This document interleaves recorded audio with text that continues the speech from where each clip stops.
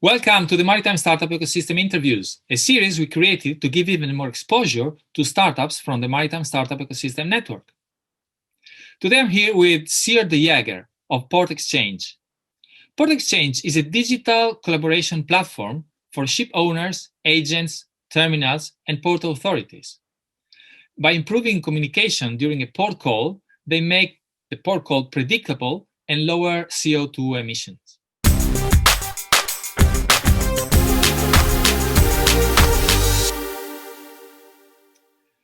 So welcome, Sier. Good to see you. Hey, Leonardo. Good to see you again. Hey, yeah. In fact, we had already some conversations in the past. It's great. We came to know, as we do with all the startups in the network, we really come to know them because we really care for them and hope to be able to help them progress and be successful. Which I think you are ready, but let's not get ahead of ourselves. Yeah. So, can you tell us something about your company, PortXchange? Yeah, sure. So, thanks for having us, and awesome to be on your network and on this series. PortXchange, as introduced a bit, we are a spin-off company from the Port of Rotterdam. We have a software as a service platform that connects operational data of all port actors in a port in a standardized way. And by sharing that data, we are able to predict port call behavior and thereby help port communities and shipping lines and shipping owners to optimize their port calls, saving fuel, saving money, and most importantly, saving greenhouse gas emissions. Okay, that's great. So this is a service that is targeted to all these different players, stakeholders, that revolve around a port call. So it's sort of connected somehow to the port and then organizes and helps all the stakeholders work together well. That's super interesting. And I think you are based in a particularly important port where this is needed for the immensity of the port. So can you tell us something about how the company was born in Rotterdam? What's your role in the company? Yeah, good. So to start with the letter, my role, I'm the managing director or the CEO of PortXchange. I joined the Port or the Pronto team, as it was called back then, back in 2017. Yeah. It started a year before as a project led by the infamous Captain Ben van Scherpenzeel from the International Task Force Port Call Optimization. Started off as a standardization initiative that is still continuing in the task force.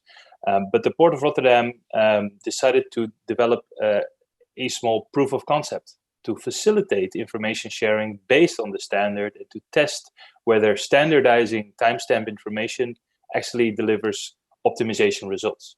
And actually, by working with the local industry, that proof of concept grew into or developed into a full product.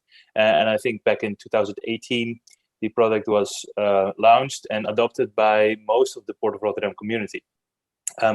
Main drivers, main customers or end users of the product at the time, being Maersk and Shell, amongst others, also MSE and Vopak, and quite a group of companies in Rotterdam. This said to the Port Authority, it's good to optimize Rotterdam, but it would actually be a lot better if we can optimize other ports as well together.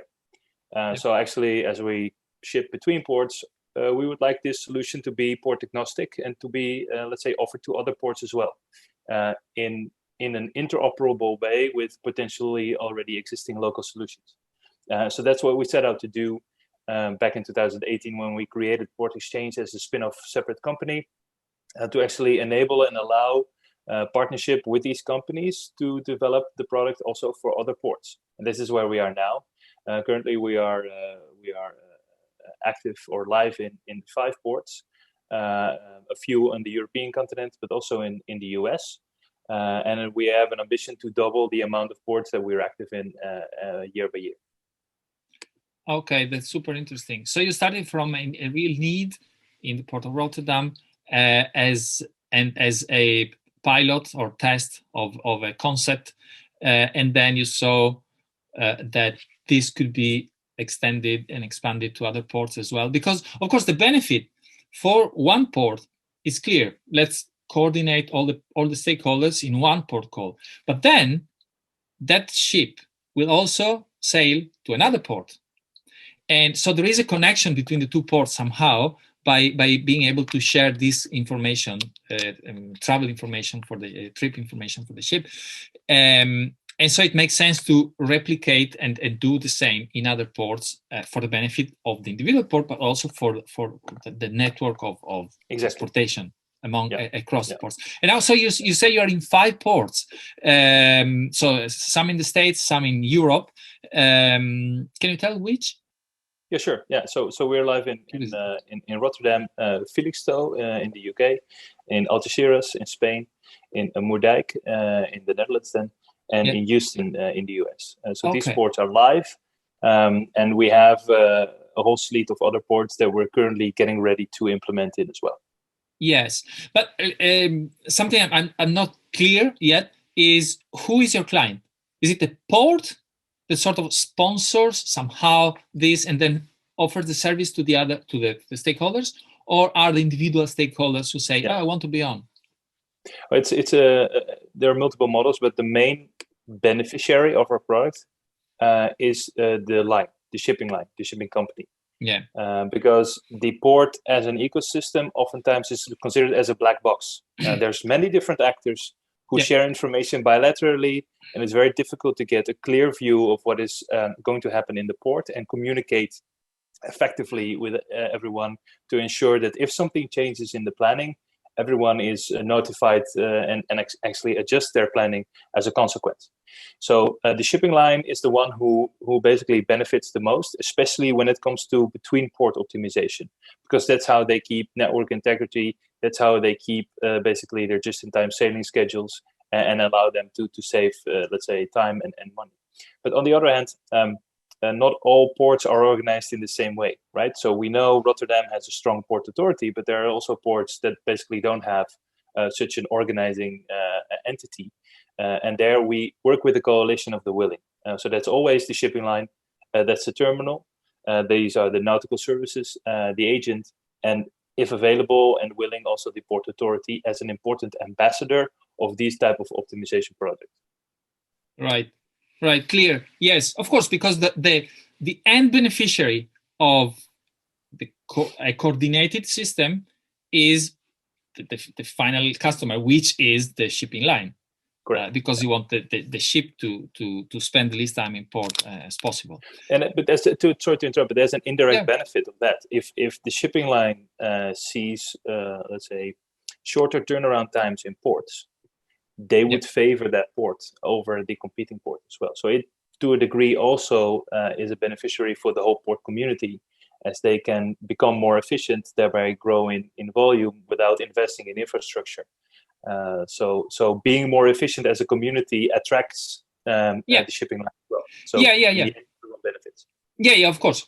So the final beneficiary is the shipping line, but the best benefit they receive from a specific port, the better off they are with that port rather than a competing port that doesn't offer the same service.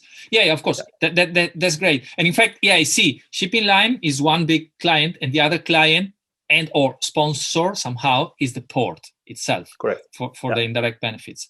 Absolutely. So that's great. Fantastic. So you're fully operational in 5 ports, and I guess expanding to other ports. So I guess that you are way past the trial phase, and actually you are in full production, so to speak. Well, that differs a bit. So Rotterdam is definitely in full production already for many years. The other ports, we have completed the trials or are still in trialing mode, because we see that every port is a bit different, right? So I think it's about 80% of the product that is sort of one-on-one to be reused, but then there's always tweaks and turns that we need to add because of the particularities of each port. And that's not just in terms of the layout of the port or the amount or the different parties, but also the way they collaborate, whether or Sure. not there's a PCS system available, etc. So we are still, in that sense, a startup where we learn a lot with every new implementation. Already, we see the implementation time, so the time it takes to set up the system for a new port has been dramatically decreased, let's say, with every new port that we go to. Yeah, absolutely. Well, you learn by doing, because you are installing something that is new, and actually you learn how to match with the special situation of every port. Every port is different. So that's great. So I would say yes, you're in growth phase. We're scale up. Yeah, absolutely, great. And so in now, as considering a startup or a scale up, my next question would be about funding. How are you funding this? Are you fundraising? Are you planning to fundraise in the next future? So what are the plans? So the best way to fund is obviously by paying customers, and we have a few. Luckily, however, we grow, so we burn more than that we earn. Currently, we are 100% shareholded by the Port of Rotterdam, our founding member, and they support us in a great way with this. However, we are looking for ways to accelerate our case by adding other investors. And looking for who is critical for our success in the next coming years. Yeah, and what kind of profile would that be? Well, it's mostly strategic investors, so parties that really help us with their global network. We are mainly talking with the shipping lines as the main beneficiary, as the parties from the maritime industry mostly. Yes, that have a global footprint. Yeah. Of course. So again, the final clients who really benefit from this, and there are many, but it's not like an infinite number. It's relatively a small bunch of clients. And the same also, I guess, it could be other ports, perhaps. Well, I'm not so sure about that. I will never rule it out. And it would be of interest. However, what we learn is we are in a global business, as the shipping lines are in a global business, and ports most of the time will act and think more regionally. So if I'm looking forward to, let's say, decision making on what the new route of ports to implement, I'm not sure whether it would help to have all kinds of local players help me decide on getting the funding for that. So that's we're looking more for companies that have a global profile, and ports don't really tend to have that. More importantly, I think we look at companies that share the same vision and mission as we have. So we are really on a mission to collaborate to become a world leader in sustainable port calls. And that sustainability element is very important to the way we do business. We are for profit, but we're not for profit maximization. It is about the impact we create in ports, and that has to fit with the investor profile as well. Yeah, absolutely. So I see your point. Definitely not ports, because by nature a port is regional. And it makes perfect sense. And what about like big shippers or receivers rather than shipping lines? Yeah. And on one side, and on the other side, financial investors like VCs, institutional investors. Are you also looking to that, or it's more out of the? We're also open to discuss. Yeah. Okay. Yeah. So currently, go ahead. Sorry. No, so currently we are getting ready for a potential funding round to be opened next year, and we are doing our internal preparations. So we don't let's say rule out any party, but we are building up our preferences when it comes to the strategic impact the investor will have on the growth of the business. Yeah, and do you have already an idea of what size the round will be, or you leave it for later? No, okay, no problem. Okay, fantastic. So we have a company that is growing, that is already active, that is working, that delivers results. Actually, we didn't say anything, but I guess that it's clear that there are tangible results out of what you are offering. I can list them, but they're also clearly listed with a use case on the website. Right. Yeah. Okay. So no need, but clearly, so a growing startup with a value proposition that works, and expanding to the global markets.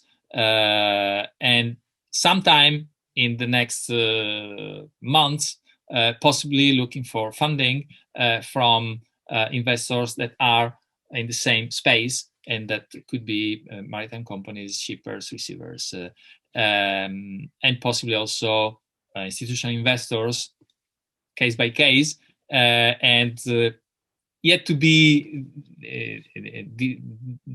disclosed what size. Perfect. Correct. Well, I think, look, it's been a very nice, very concentrated discussion. I really like whatever like all the startups are doing, and doing also with an idea to have an environmental impact, not only to optimize to save, of course, because optimization saves money, but also to get an environmental impact. And I really praise you for this, and I like to hear it. Thank you. So thank you very much. Thank you for the chat, and I always hope a pleasure. And I really hope to hear you soon again with more news and next steps. Thank you very much. Looking forward to that, Leonardo. Thank you. Thank you. Goodbye. And good luck with the business. Oh, wow. Thank you very much.